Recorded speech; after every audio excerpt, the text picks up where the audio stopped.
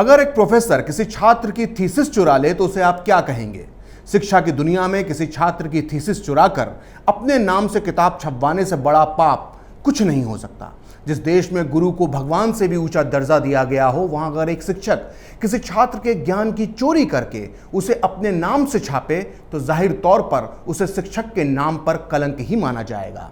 लेकिन आपको यह जानकर आश्चर्य होगा कि हम जिस व्यक्ति के नाम पर शिक्षक दिवस मनाते हैं उस पर एक छात्र की थीसिस चुराने का आरोप है। जी हां, डॉक्टर सर्वपल्ली राधाकृष्णन पर यह गंभीर आरोप था कि उन्होंने एक छात्र की थीसिस चुराकर उसे अपने नाम से एक किताब के रूप में छपवा लिया था। हैरत की बात है कि इतने गंभीर और घिनौने आरोप के बाद भी राधाकृष्णन न केवल इस देश के राष्ट्रपति बने बल्कि उनके नाम पर 5 सितंबर को पूरे देश में शिक्षक दिवस भी मनाया जाता है। इसमें कोई शक नहीं कि हमें तन मन धन से अपने शिक्षकों का सम्मान करना चाहिए, लेकिन शिक्षक दिवस के मौके पर हमें डॉक्टर सर्वपल्ली राधाकृष्णन का सच भी पता होना चाहिए। इसलिए आज हम खरी बात में तर्कों, तथ्यों और सबूतों के साथ पूर्व राष्ट्रपति राधाकृष्णन पर लगे गंभीर आरोपों की चर्चा करेंगे। बात 1923 की है। लंदन में राधाकृष्णन की एक किताब प्रकाशित हुई जिसका नाम था इंडियन फिलॉसफी। इस किताब के छपते ही पूरी पश्चिमी दुनिया में तहलका मच गया। भारतीय दर्शन पर इससे शानदार किताब इसके पहले कभी नहीं आई थी। उस समय राधाकृष्णन कलकत्ता यूनिवर्सिटी के एक सामान्य से प्रोफेसर थे, लेकिन इस किताब के आने के बाद वो अमेरिका और ब्रिटेन समेत पूरी पश्चिमी दुनिया में रातों रात मशहूर हो गए।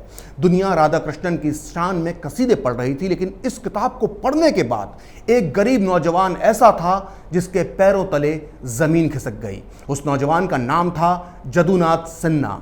किताब पढ़ते ही जदुनाथ सिन्हा को यकीन हो गया कि राधाकृष्णन ने उसकी थीसिस चुराकर यह किताब लिखी है।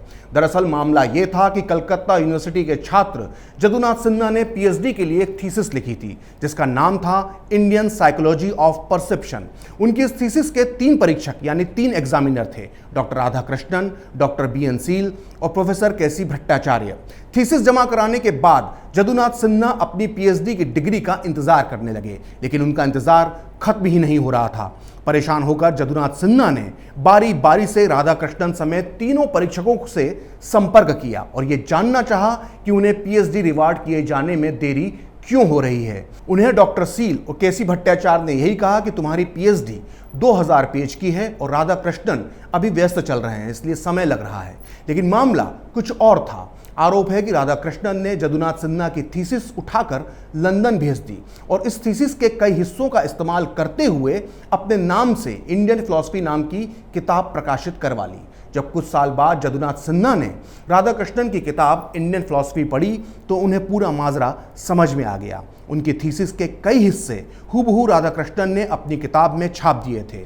हैरत की बात है कि राधाकृष्णन ने अपनी किताब में जदुनाथ सिन्हा को इसका क्रेडिट भी नहीं दिया। जदुनाथ सिन्हा उस दौर में एक मामूली छात्र थे, लिहाजा उन्होंने इसकी शिकायत डॉक्टर बीएन सील से की जो उनके 3 एग्जामिनर में से एक थे। कहते हैं डॉक्टर सील को सारी हकीकत पता थी, लेकिन कोई भी राधाकृष्णन से दुश्मनी मोलना नहीं चाहता था, जो कि उस वक्त तक एक बड़ा नाम बन चुके थे। लिहाजा डॉक्टर सील ने जदुनाथ सिन्हा को एक लंबा पत्र लिखा जो इस वक्त आप अपनी स्क्रीन पर देख रहे हैं। इस पत्र में डॉक्टर सील ने जदुनाथ सिन्हा से साफ कह दिया कि उन्हें इस मामले से दूर रखा जाए। जदुनाथ सिन्हा लगातार अपनी बात कह रहे थे, लेकिन राधाकृष्णन से प्रभाव की वजह से उनकी बात कोई नहीं सुन रहा था। आखिरकार दिसंबर 1928 में जदुनाथ सिन्हा ने कलकत्ता की मशहूर मैगजीन मॉडर्न रिव्यू को पत्र लिखा और सबूतों के साथ अपनी बात कही। मॉडर्न रिव्यू पत्रिका ने जदुनाथ सिन्हा को इंसाफ दिलाने के लिए एक मुहिम छेड़ दी। उसने सबूतों के साथ एक के बाद एक लेख छापे जिनसे साफ होता था कि राधाकृष्णन ने थीसिस चोरी की है। मॉडर्न रिव्यू ने अपने लेखों में बताया कि 1-2 नहीं बल्कि राधाकृष्णन ने अपनी किताब में पूरे 110 पैराग्राफ सिन्हा की थीसिस से चुराकर लिखे थे। ऐसा नहीं है कि मॉडर्न रिव्यू ने एक तरफा पत्रकारिता की। जब राधाकृष्णन मॉडर्न रिव्यू के लेखों से परेशान हो गए तो उन्होंने अपनी सफाई में एक पत्र लिखा जिसे बाकायदा मॉडर्न रिव्यू में छापा गया। ये पत्र आप इस वक्त अपनी स्क्रीन पर देख सकते हैं। इस पत्र में राधाकृष्णन ने अपनी सफाई में बहुत सी दलीलें दी। इन दलीलों को सच्चिदानंद मूर्ति और अशोक वोहरा की किताब Radhakrishnan his life and ideas में छापा गया है। इस किताब के पेज नंबर 31 पर लिखा है कि राधाकृष्णन ने अपनी सफाई में कहा कि उन्होंने और जदुनाथ सिन्हा दोनों ने इंडियन फिलॉसफी के पुराने सिद्धांतों का उदाहरण दिया है। जाहिर है उनका अनुवाद भी एक जैसा ही होगा। ऐसे में कुछ हिस्से एक जैसे हो सकते हैं, लेकिन इसका मतलब ये नहीं है कि किताब में नकल की गई है। राधाकृष्णन ने अपने पक्ष में अपने 3 खास छात्रों को भी पेश किया। उनका दावा था कि वो 1922 के पहले से ही ये सब बातें क्लास में छात्रों को पढ़ाते थे जो उन्होंने अपनी किताब में लिखी हैं, लेकिन जदुनाथ सिन्हा के दावों के सामने ये सब दावे कमज़ोर साबित हो रहे थे। आखिरकार जदुनाथ सिन्हा ने 1929 में सर्वपल्ली राधाकृष्णन के खिलाफ कोलकाता हाईकोर्ट में कॉपीराइट उल्लंघन का केस दर्ज कर दिया।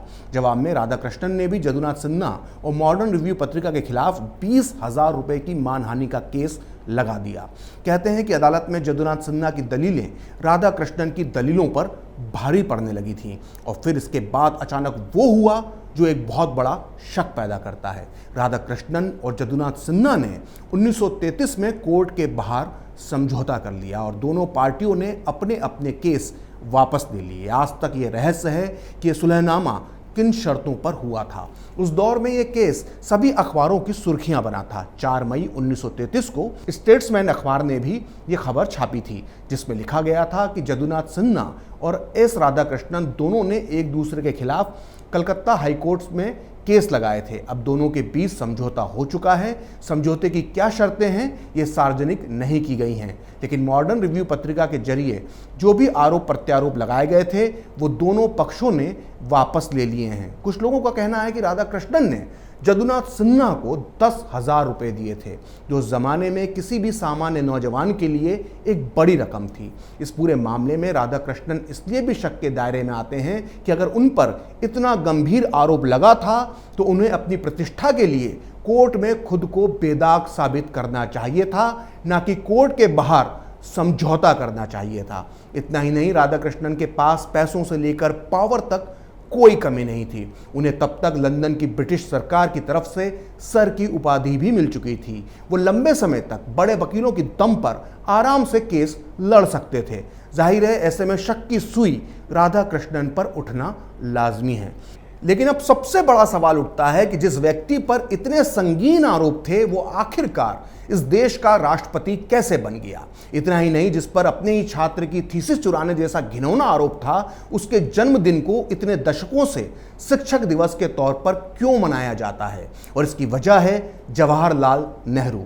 दरअसल नेहरू और राधाकृष्णन बेहद करीबी मित्र थे। दोनों ही घनघोर कम्युनिस्ट मानसिकता के थे और नेहरू के हर वामपंथी एजेंडे को राधाकृष्णन पूरा करते थे।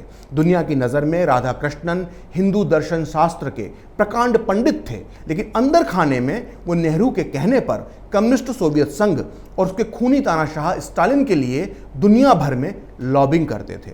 नेहरू ने 1949 में सर्वपल्ली राधाकृष्णन को सोवियत संघ में भारत का राजदूत बनाकर भेजा। वहाँ उन्होंने क्या गुल खिलाए, इसका वर्णन मिलता है इस किताब में, जिसका नाम है कहानी कम्युनिस्टों की, जिसे लिखा है पत्रकार संदीप देव ने। यह किताब आपको ज़रूर पढ़ना चाहिए। मैं दावे के साथ कहता हूं कि अगर आपने ये किताब पढ़ लेंगे तो वैचारिक बहस में आपके सामने कोई भी वामपंथी 1 मिनट के लिए भी नहीं ठहर पाएगा, क्योंकि इस किताब में वामपंथी विचारधारा की जमकर बखिया उधेड़ी गई है। इस किताब में राधाकृष्णन के बारे में जो खुलासे किए गए हैं वो बेहद चौंकाने वाले हैं। इस किताब में संदीप देव लिखते हैं कि भारत आज़ाद हो चुका था, लेकिन स्टालिन भारत को आज़ाद न मानकर लगातार अपमानित कर रहा था। लेकिन नेहरू ने इसका विरोध करने की जगह सोवियत संघ को पश्चिमी देशों के नज़दीक लाने के लिए अंतर्राष्ट्रीय स्तर पर लॉबिंग का रास्ता अख्तियार किया। उन्होंने विजयलक्ष्मी पंडित को सोवियत संघ से हटाकर डॉक्टर सर्वपल्ली राधाकृष्णन को भारत का राजदूत बनाकर मॉस्को भेजा। डॉक्टर राधाकृष्णन तो नेहरू से भी 2 कदम आगे निकल गए। वह भारत के राजदूत बनकर पूरी दुनिया में सोवियत संघ और उसकी विचारधारा की वकालत करने लग गए। इससे अंतर्राष्ट्रीय स्तर पर भारत की ज़बरदस्त किरकिरी हुई। लेकिन पंडित नेहरू के हित में यह हुआ कि स्टालिन ने उनकी सरकार को मान्यता प्रदान कर दी। सोचिए, जिस तानाशाह स्टालिन ने अपने ही देश के 2 करोड़ लोगों को मौत के घाट उतार दिया, जिसे इतिहास में सबसे क्रूर तानाशाह माना जाता है, सोचिए उसके लिए हमारे शिक्षक दिवस वाले राधाकृष्णन पूरी दुनिया में लॉबिंग करते थे। अगर फिर भी आपको यकीन नहीं आ रहा है तो आपको भारत के पूर्व विदेश सचिव एम के रसगोत्रा की किताब ए लाइफ इन डिप्लोमेसी पढ़ना चाहिए। पद्म भूषण से सम्मानित एम के रसगोत्रा का भारत की विदेश नीति में एक बड़ा योगदान है। रसगोत्रा अपनी किताब में राधा कृष्णन के बारे में जो लिखते हैं उसे गंभीरता से लेना चाहिए। वो लिखते हैं कि इसमें कोई शक नहीं कि भारत और सोवियत संघ की दोस्ती में राधा कृष्णन की बड़ी भूमिका थी, लेकिन जिस तरह से भारतीय राजदूत राधा कृष्णन ने मॉस्को और संयुक्त राष्ट्र के प्लेटफॉर्म से स्टालिन के पक्ष में ढोल बजाया, उसकी वजह से भारत की गुटनिरपेक्ष नीति शक के दायरे में आ गई। इसकी वजह से पश्चिमी देशों में राधा कृष्णन की विश्वसनीयता भी चकनाचूर हुई। पश्चिमी देशों के लोग ये पूछने लगे थे कि डॉक्टर राधा कृष्णन सोवियत संघ में भारत के राजदूत हैं या फिर दुनिया के लिए स्टालिन के राजदूत हैं। 1949 से लेकर 1952 तक मॉस्को में राजदूत रहने के दौरान राधा कृष्णन ने पूरी दुनिया में घूम घूम कर स्टालिन के प्रचार मंत्री का काम किया और इसका इनाम उन्हें मिला 1952 में, जब नेहरू ने उन्हें भारत का उपराष्ट्रपति बना दिया। जबकि इस पद के लिए उस दौर में राधा कृष्णन से भी कई बड़े लायक नाम मौजूद थे।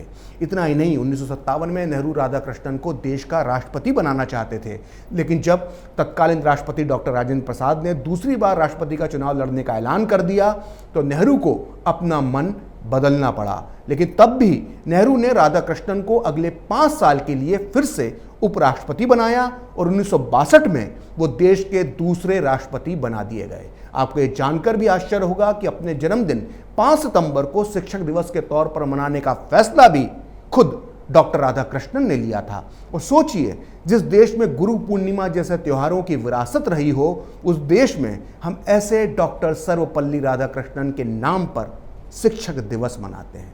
फिलहाल खरी बात प्रखर के साथ में इतना ही। आप चाहें तो मुझसे जुड़ने के लिए मेरे फेसबुक पेज प्रखरश्री 78 को लाइक कर सकते हैं, और अगर ट्विटर पर आप मुझसे जुड़ना चाहते हैं तो मेरा ट्विटर हैंडल है प्रखरश्री 78। अगर आपको ये वीडियो पसंद आया तो इसे लाइक करें, शेयर करें और कैपिटल टीवी को सब्सक्राइब करें। नमस्कार।